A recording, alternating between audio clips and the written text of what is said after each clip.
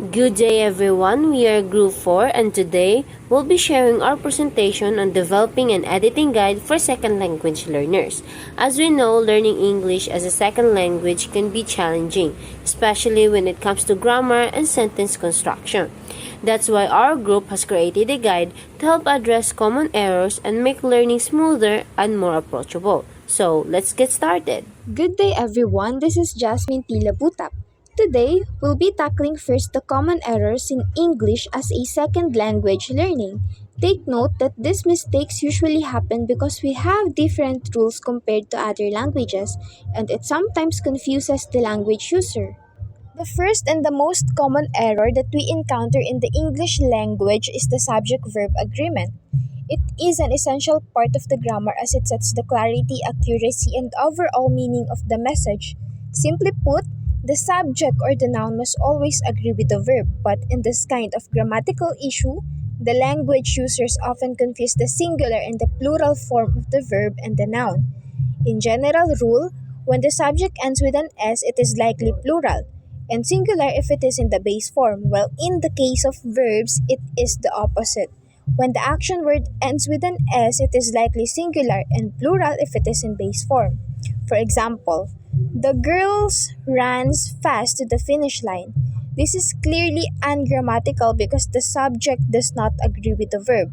The subject is the girls, which is depicted as plural, while the verb is runs, which is considered as singular in the English grammar rule. They are not on the same page. So to make it correct, we just have to make the verb in its plural form by eliminating the letter S. It will become the girls ran fast to the finish line. The second one is the punctuation error. Punctuation actually helps to make the sentences clear and easy to understand. This includes the period, comma, question mark, colon, semicolon, hyphen, quotation mark, apostrophe, and such.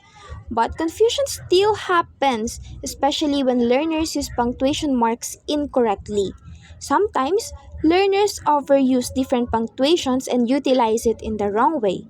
For example, I have a meeting at 10 a.m. semicolon and then I will go to work. This is incorrect because semicolons are used to join two related independent clauses without using conjunction. So instead of a semicolon, it must be a comma because commas are used to separate clauses and they are joined by a conjunction. It must be I have a meeting at 10 a.m., comma, and then I will go to work. Moving forward, we have the lexical error. This happens when the learners use the wrong word in a sentence. This can occur because the learner doesn't know the right words to say due to limited vocabulary learned. Also, when they do not always hear nor speak with the English language. And it is also possible if there are no right words that directly translate messages from their native language, hindering them with effective communication. For example, I went to the shop to buy my favorite chocolate, but they were all finished. The word finished is not the right choice here because it means something is completed and not unavailable. It can be changed to out of stock because it means that the item is not available. So it will become I went to the shop to buy my favorite chocolate but they were all out of stock. Then we have the complex sentence issues. Complex sentences have extra information to explain an idea. Sometimes, adding too much information makes the sentence hard to understand as it loses focus. So, the ESL learners need to learn how to simplify their sentences. For example, the young girl who had always dreamed of becoming a teacher and who has been excelling in her classes and who is determined to help the youth someday just got accepted into a prestigious school known for their brilliant product teachers. Notice how it has too many unnecessary details which makes it confusing and hard to read.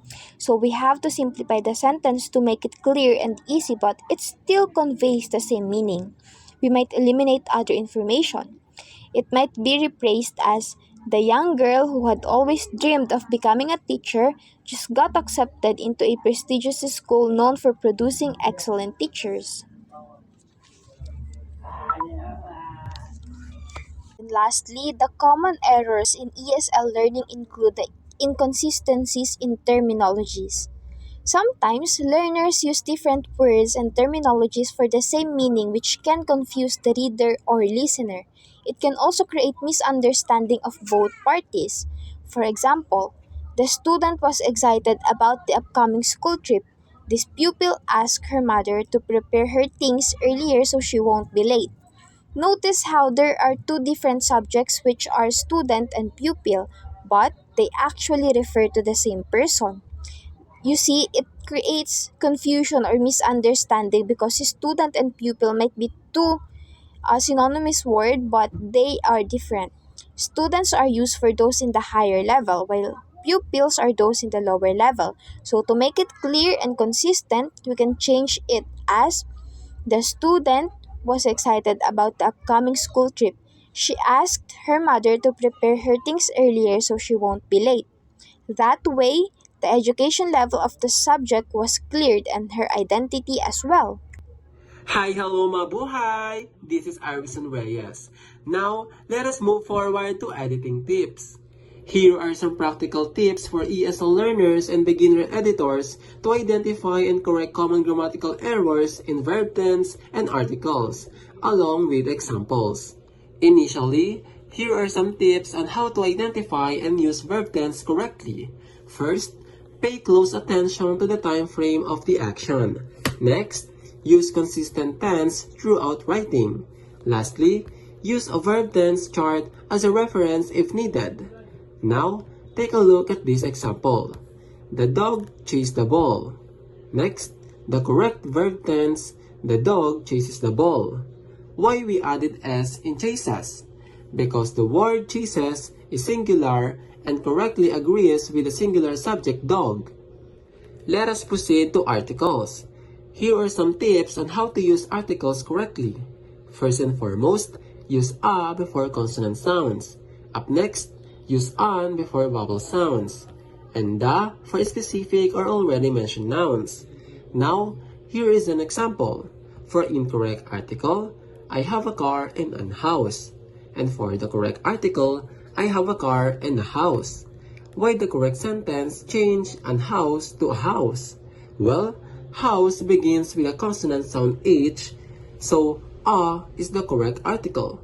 But some words that start with a consonant are tricky and pronounced as vowel sounds.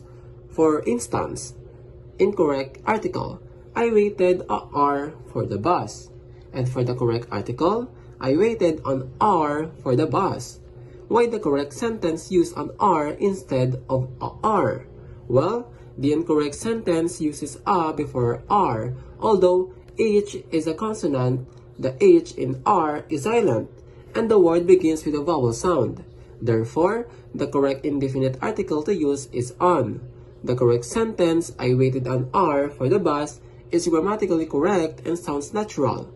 Moreover, the incorrect version is jarring to a native English speaker because it violates the rule of using an before vowel sounds. Next, spelling and punctuation mistakes. Initially, here are some tips on how to spot spelling mistakes. First, use the spell checkers like Killbot, Grammarly, Reverso, and etc. Also, proofread carefully, as spell checkers don't catch all errors like there, and there. Here is an example. For incorrect spelling, they're going to the store. And for the correct spelling, they're going to the store. The correct spelling, use there or they are because there without apostrophe is not the correct word and there with apostrophe is the correct contraction. Next, here are some tips on how to use punctuation. First, review basic punctuation rules such as commas, periods, semicolons, colons, apostrophes, and use a style guide for consistency. Here is an example. For incorrect punctuation, I like apples, bananas, and oranges. For the correct punctuation, I like apples, bananas, and oranges. Why we added comma after bananas? Because the serial comma before and improves clarity, especially in longer lists. Next, lexical errors, vocabulary, and direct translation. Here are some tips on how to use your vocabulary words. First, use a dictionary or search the word online to ensure word choice. And pay attention to word connotations and context. Here is an example. For incorrect use of vocabulary word, the weather is very hot today. I'm feeling very bored. For the correct vocabulary word, the weather is very hot today. I'm feeling uncomfortable. Why we use uncomfortable instead of very bored? Well, the first sentence is grammatically correct, while second sentence is more precise and could make the sentence more impactful. Consider alternative like uncomfortable. Next, here are some tips on how to use direct translation. First and foremost, avoid word-for-word translations from the native language and focus on conveying the meaning in natural English. Here is an example sentence from Tagalog to English translation. For Tagalog, ang aso ay kumain ng pagkain. And here is the word-for-word translation. The dog ate the food. This is grammatically incorrect and sounds unnatural. So, the correct translation would be, the dog ate the food. Why the correction is better? The word-for-word translation uses the incorrect verb tense is ate. The correct translation uses the simple past tense ate, which is grammatically sound. The word-for-word translation includes the unnecessary word is, making the sentence clunky. Lastly, the correct translation is more concise and flows naturally. Next, sentence structure issues, sentence length and clarity. Here are some tips on how to use sentence length and ensure clarity in sentences. First, vary sentence length to avoid monotony. Next, break down long complex sentences into shorter, simpler ones, and ensure each sentence conveys a single and clear idea. Here is an example. Because it was raining heavily and the roads were slippery, so I decided to stay home and watch a movie, which was a good decision because I avoided the traffic. For the correct sentence structure and clarity, it was raining heavily and the roads were slippery. I decided to stay home and watch a movie. This was a good decision. I avoided the traffic. The shorter sentences are easier to read and understand. The original sentence is overly long and complex. Therefore, the revised version is more concise and easier to follow. Up next, inconsistencies in terminology, glossary, and consistency. Here are some tips on how to use glossary correctly. First, create a glossary of terms when using specialized vocabulary, and use clear and simple language. Here is an example. For incorrect use of glossary, the syntactic of the sentence was complex, making it hard to understand. For the correct use of glossary, the syntax of the sentence was complex, making it hard to understand. Why we use syntax instead of syntactic? Well, the incorrect sentence uses syntactic as if it were a noun, when it is actually an adjective. The correct sentence uses the noun form syntax, which means the arrangement of words and phrases to create well-formed sentences in language. Lastly, here are some tips on how to maintain consistency gradually. First, use the same term consistently throughout your text, and avoid using synonyms unless there is a specific reason. Here is an example. The car has a problem with its engine. The motor is making a strange noise. For the correct sentence, the car has a problem with its engine. The engine is making a strange noise. Using engine consistently avoids confusion. Motor and engine are often interchangeable, but consistency is key. That concludes our presentation on developing an editing guide for English as a second language learners. We hope that the insights we've shared, such as addressing common errors and providing practical editing tips, will be helpful for both educators and learners in overcoming language challenges. As a group, we believe that learning a new language is a journey, and with the right tools like this guide, we can make the process more effective and encouraging. Thank you for your time and attention.